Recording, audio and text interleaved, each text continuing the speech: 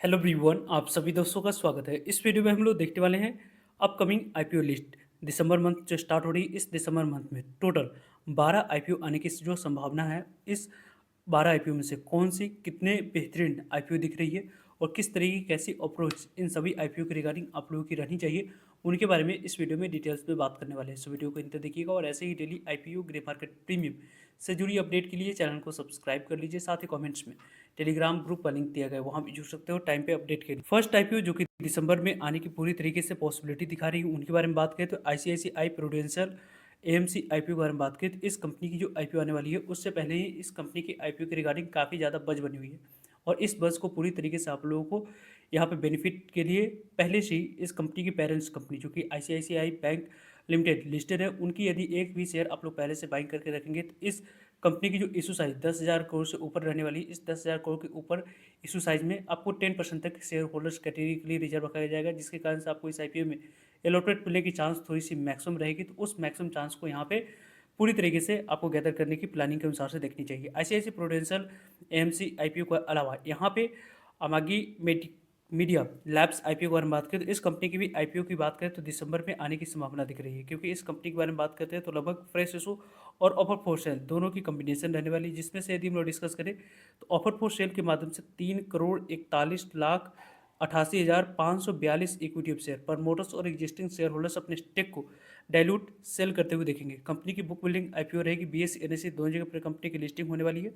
Company की जो total issue size इस कंपनी की रहेगी, उसमें आप लोगों को 50% शेयर नहीं बल्कि 75% शेयर क्यूआईबी को एलोकेट किया जाएगा, 15% शेयर आपको एनआई कैटेगरी को, 10% शेयर आपको रिटेलर्स कैटेगरी को एलोकेट करी जाएगी।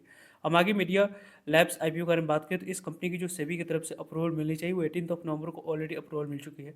मार्केट कंडीशन जैसे ही अच्छी लगेगी, इस कंपनी की आईपीओ हम लोगों को आते हुए दिख जाएगी। वैसे इस कंपनी की आईपीओ आने से पहले इस कंपनी के रिगार्डिंग आप लोगों को पहले से स्टडी करना स्टार्ट कर देनी चाहिए, ताकि इस कंपनी की जो आईपीओ है उस समय आप लोग अपनी पूरी स्टडी और कन्विक्शन के अनुसार से लॉन्ग टर्म या लिस्टिंग गेन के लिए अप्लाई करने के पॉइंट ऑफ व्यू से प्लान कर सकते हो। नेक्स्ट आईपीओ के बारे में बात करते हैं तो यहाँ पे आप लोगों को फ्रैक्टर एनालिटिक्स आईपीओ, इस आईपीओ के बारे में बात करते हैं तो इस कंपनी की यहाँ पे फेस वैल्यू ₹1 है। कंपनी की प्राइस बैंड अभी तक आप लोगों को नहीं आई है। दिसंबर में इस कंपनी की आईपीओ आने की चांस है और ये कंपनी एआई से जुड़ी हुई कंपनी है। इस कंपनी को काफ़ी अच्छे यहाँ पे जो मार्केट में वो रिस्पॉन्स मिलने की चांस बन रही है और इस रिस्पॉन्स को पूरी तरीके से आप लोगों को बेनिफिट उठाने के लिए पहले से अपने प्रत्येक मेंबर्स के डीमैट अकाउंट से अप्लाई करने के पॉइंट ऑफ व्यू से आप लोगों को देखनी चाहिए। वैसे इस कंपनी की इशू साइज लगभग 4900 करोड़ की रहेगी, जिसमें से 1279 करोड़ की बात करें तो फ्रेश इशू रहने वाली है, कंपनी के पास पैसे जाएगी। और 3620 करोड़ की बात करें तो ऑफर फॉर सेल लेगी, जिसके 1220 करोड़ 1200 यहाँ पे 79 करोड़ ऑफर फॉर सेल लेगी, जिसके माध्यम से लगभग आप लोगों को यहाँ पे प्रमोटर्स और एग्जिस्टिंग शेयर होल्डर्स अपने स्टेक को डायलूट करते हुए देखेंगे 3620 करोड़ की। और यहाँ पर टोटल इशू साइज के डिस्ट्रीब्यूशन के बारे में बात करें तो 75% शेयर क्यूआईबी के पास जाएगी, 15% शेयर आपको एनआई के पास, 10% शेयर ही रिटेलर्स के पास जाने वाली है। यानी कि इस आईपीओ में रिटेलर्स को अलॉटेड मिलने की चांस काफ़ी कम रहेगी। तो उस चांस को बढ़ाने के लिए प्रत्येक मेंबर्स के डीमैट अकाउंट से एक एक लॉट अप्लाई करने के पॉइंट ऑफ व्यू से यहाँ पे अप्लाई करने के लिए स्टडी आप लोगों को करनी स्टार्ट कर देनी चाहिए। यहाँ पे इस आईपीओ की अप्रूवल के बारे में बात करते हैं तो 12 अगस्त को इस कंपनी के द्वारा डीआरची फाइल करी गई थी और 18 नवंबर को इस कंपनी की अप्रूवल ऑलरेडी सेबी की तरफ से मिल चुकी है।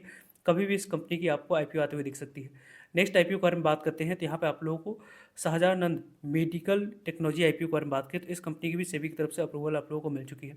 कंपनी में आप लोगों को आने वाले समय में मेडिकल सेक्टर से जुड़ी कंपनी है, यहाँ पे अच्छे रिस्पांस मिलने की चांस है।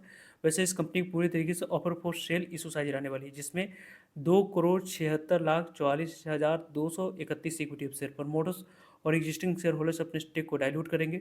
कंपनी की जो टोटल इशू साइज दिख रही है, इसमें 50% शेयर क्यूआईबी को एलोकेट किया जाएगा, 35% शेयर रिटेलर्स को, 15% शेयर आपको एनआई कैटेगरी को एलोकेट करी जाएगी। बीएसई एनएससी दोनों जगह पर कंपनी की लिस्टिंग होने वाली है। रही बात इस कंपनी की टोटल इशू साइज की डिस्ट्रीब्यूशन 50%, 35%, 15% के रेशियो में रहने वाली है। टोटल इशू साइज की यहाँ पे हम लोगों ने बात किया, कंपनी की जो सेबी के पास डीआईची फाइल किया गया था 25 जुलाई को, अप्रूवल यहाँ पे मिल चुकी है। जैसे इस कंपनी की आरएचई फाइल होती है, वीडियो के माध्यम से आप लोगों को टाइम पे सभी अपडेट मिलते रहेगी। नेक्स्ट आईपीओ के बारे में बात करें हम लोग, यहाँ पे सिल्वर कंज्यूमर इलेक्ट्रिकल्स आईपीओ, इस कंपनी की भी आईपीओ के बारे में बात करें तो सेबी की तरफ से अप्रूवल मिल चुकी है। इस आईपीओ में भी काफ़ी अच्छे रिस्पॉन्स मिलने की चांस रहेगी, क्योंकि फ्यूचर ओरिएंटेड बिजनेस में कंपनी के द्वारा काम करी जा रही है। कंपनी की जो 1400 करोड़ की इशू साइज है, उसमें से 1000 करोड़ यहाँ पे फ्रेश इशू रहने वाली है, कंपनी के पास डायरेक्ट जाएगी और 400 करोड़ ऑफर फॉर सेल है, जिसके माध्यम से प्रमोटर्स और एग्जिस्टिंग शेयर होल्डर्स कैटेगरी के पास शेयर जाते हुए देखेगी। टोटल इशू साइज जो 1400 करोड़ की रहेगी, इसमें 50% शेयर क्यूआईबी कैटेगरी के पास जाने वाली है।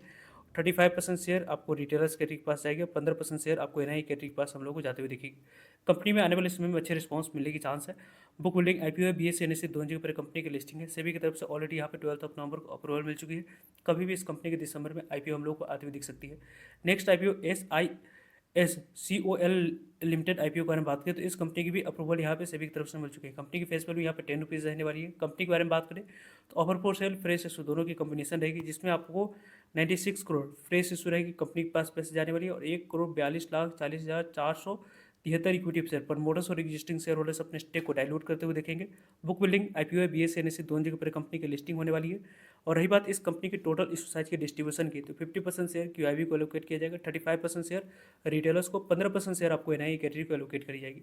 इस कंपनी के बारे में बात करते हैं तो बीएसई एनएसई दोनों जगह पर कंपनी की लिस्टिंग होगी। सेबी की तरफ से अप्रूवल यहाँ पे नवंबर मंथ में ही 11 नवंबर को इस कंपनी को मिल चुकी है।